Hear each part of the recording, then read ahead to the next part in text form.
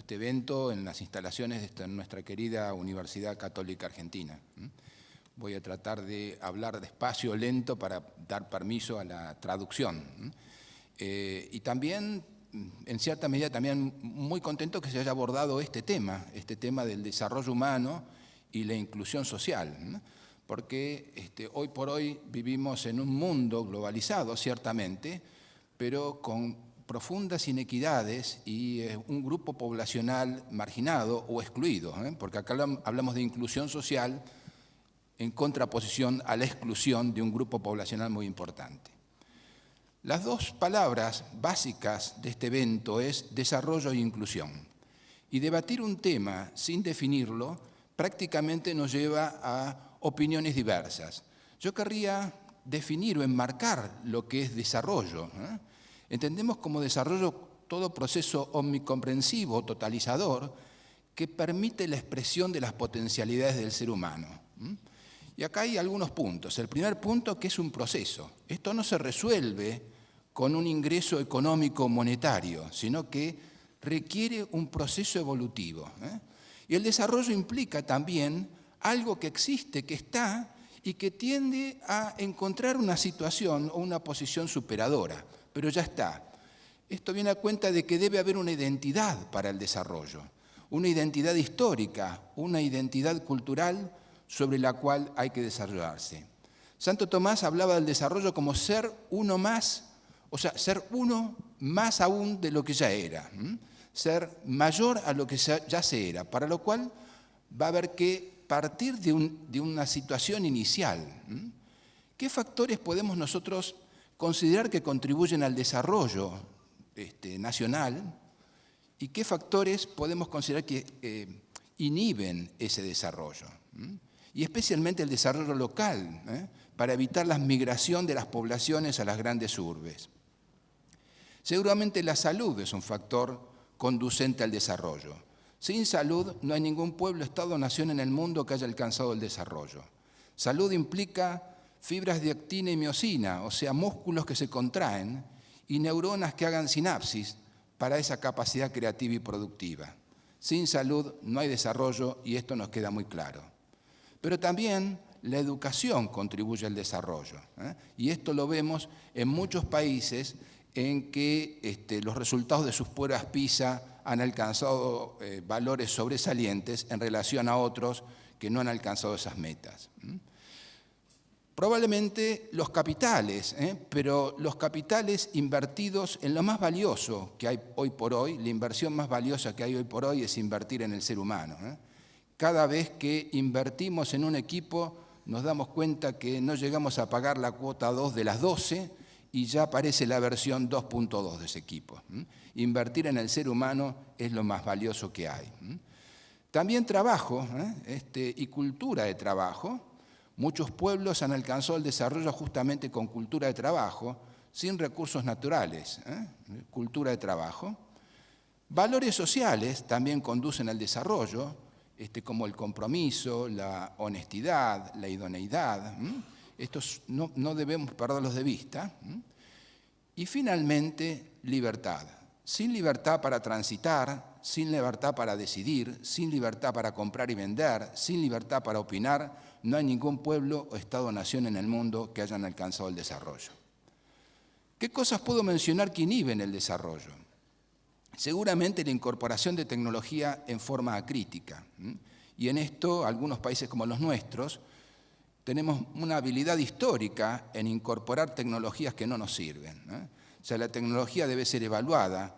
La tecnología hay que considerarla como cualquier producto, proceso o método que extiende la capacidad del ser humano y que no la reemplaza. Entonces habrá que pensar qué tecnología son tecnologías apropiadas y no transferencias tecnológicas. O sea que la incorporación de tecnología en forma crítica inhibe el desarrollo.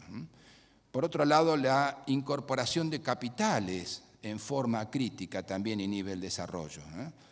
La incorporación de capitales sin tener en cuenta la crisis de identidad que muchas veces tenemos o la crisis de pertenencia cultural que muchas veces tenemos. Esto que decía Santo Tomás, de ser más uno mismo.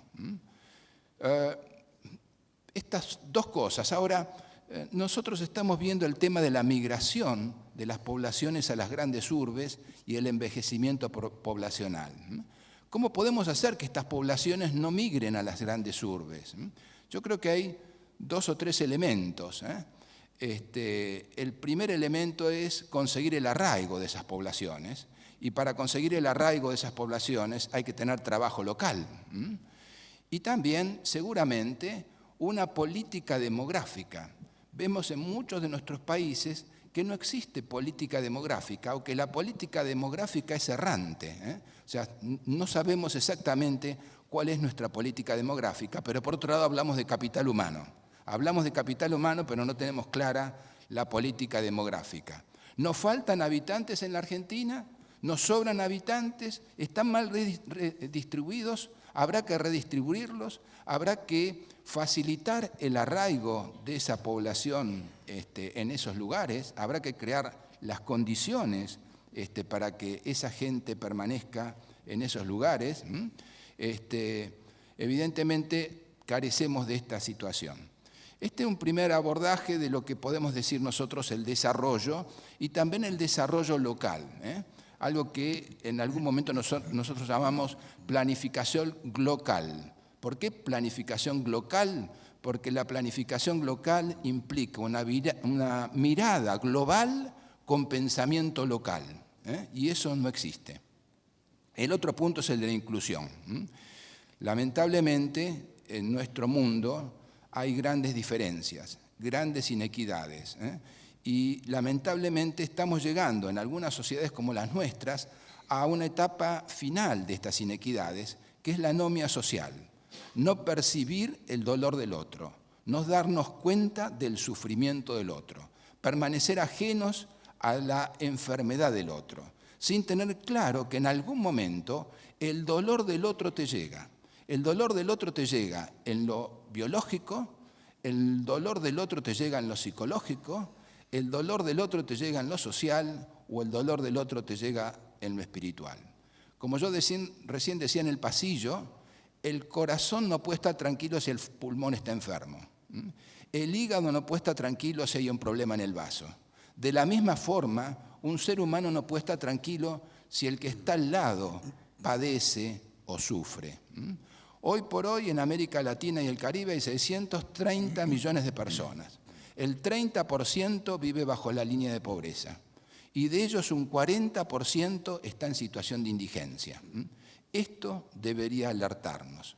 El 20% de la población más pobre recibe solamente el 2,5% de los ingresos, mientras que el 20% de la población de mayores recursos y de mayor capacidad recibe el 56% del ingreso total.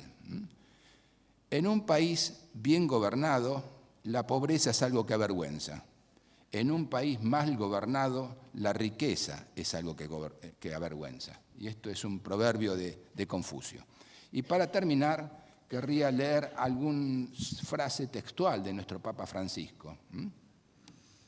Los derechos humanos se violan no solo por el terrorismo, no solo por la represión, no solo por los asesinatos, sino también por la existencia de condiciones de extrema pobreza y estructura económica injusta que origina las grandes desigualdades. Muchas gracias.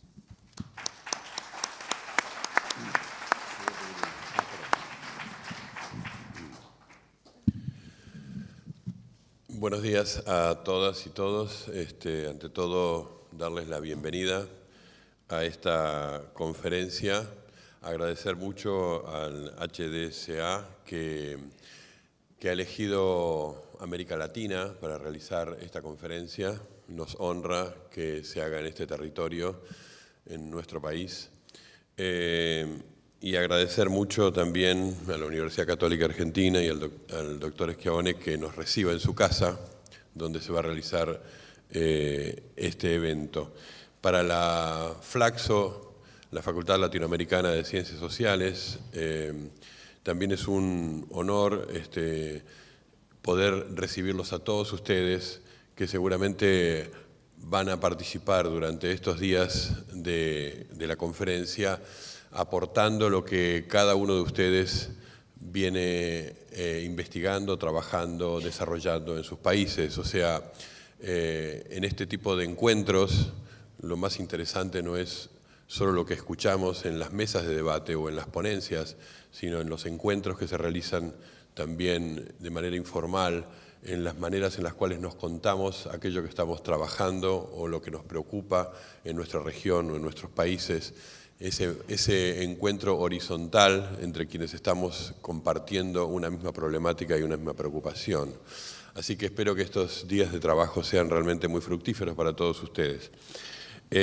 Para la Flaxo también es muy significativo, como decía el rector Schiavone, la convocatoria con esas palabras claves que tiene esta conferencia, ¿no? Que tiene la palabra de desarrollo humano, que tiene la palabra inclusión, porque la Facultad Latinoamericana de Ciencias Sociales nace justamente con esa misma agenda, pero hace algo más de 60 años. La Universidad Católica Argentina está cumpliendo este año 60 años, así que también aprovechamos para felicitar este desarrollo en nuestro país de 60 años. La Flaxo cumplió los 60 años el año pasado, o sea que somos de la misma época y de las mismas preocupaciones. Y nacimos en una década, en la década de los 50, que tenía como palabra clave la palabra del desarrollo. Veníamos de la posguerra y Europa bebía con mucha ansiedad salir de ese clima que le había dejado la guerra y entrar en una etapa de desarrollo que efectivamente se produjo durante 30 años, que es lo que la literatura llama los 30 gloriosos años, ¿no? Pero fue bastante desigual lo que ocurrió en Europa o lo que ocurrió en África o en Asia o en América Latina en esos 30 años. Sin embargo, la agenda del desarrollo y la agenda de la inclusión estuvieron allí presentes. Hoy podemos decir que muchos de los temas que se plantearon hace 60 años están también presentes. Y me parece que es bueno que reconozcamos desde nuestros países y de nuestra región que habitamos, que muchas de las deudas, como decía recién el rector Schiavone, están todavía pendientes y depende de nosotros, de quienes trabajamos en el ámbito universitario, académico, en la investigación, pero depende también de los gobiernos y depende de las organizaciones de la sociedad civil, trabajar esto de manera mancomunada a fin de encarar problemas que son antiguos, que los reconocemos como que tienen ya muchas décadas, pero que también se renuevan cuando hablamos en el 2018 de inclusión, de desarrollo humano, de equidad, etc.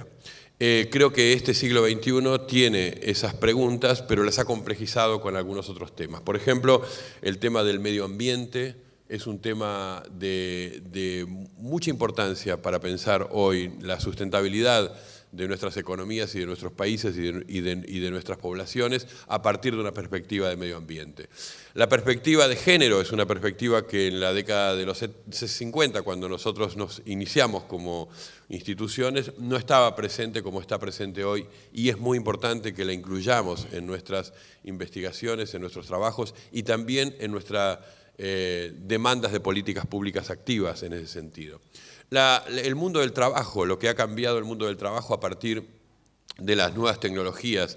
Efectivamente, las nuevas tecnologías son un desafío de este siglo muy distinto a lo que fue el siglo pasado, no porque la relación entre tecnologías y desarrollo no estuviera presente, lo estaba en el siglo XX, en el XIX y en el XVIII, pero este siglo tiene una agenda particular respecto de las nuevas tecnologías. Involucran nuestra vida cotidiana, nuestros afectos, involucra nuestras relaciones personales, pero sobre todo involucra el estilo de desarrollo también que vamos a vivir en estos años. Y el otro tema que me parece muy importante para la región es el tema de la inclusión, mirado con perspectiva también histórica, porque América Latina no es el continente más pobre, pero es el más desigual. ¿no? Es donde residen las mayores desigualdades.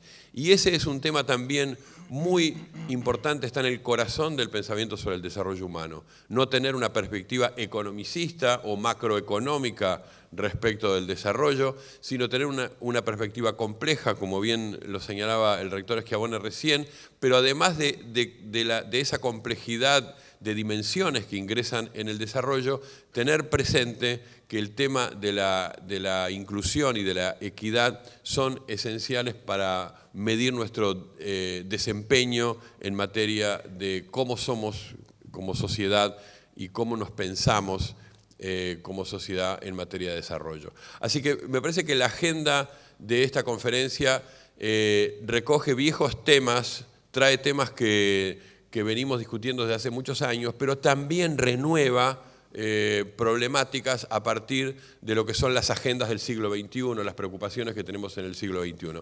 Yo les deseo a todas y todos que tengan un muy buen encuentro, congreso en estos días, pero sobre todo deseo profundamente que algo de lo que aquí transcurra, algo de lo que aquí se debata, algo de lo que aquí transcurra en los auditorios, pero también en los pasillos, en el café, les sirva, los enriquezca para volver a cada uno de sus países, de sus lugares de trabajo, con más y mejores ideas.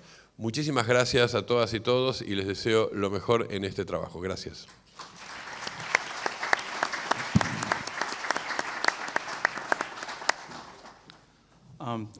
Rector of UCA and Rector of Flaxo, and ladies and gentlemen, as Anne Mitchell said, I'm the outgoing president of HDCA, so I'm yesterday's man.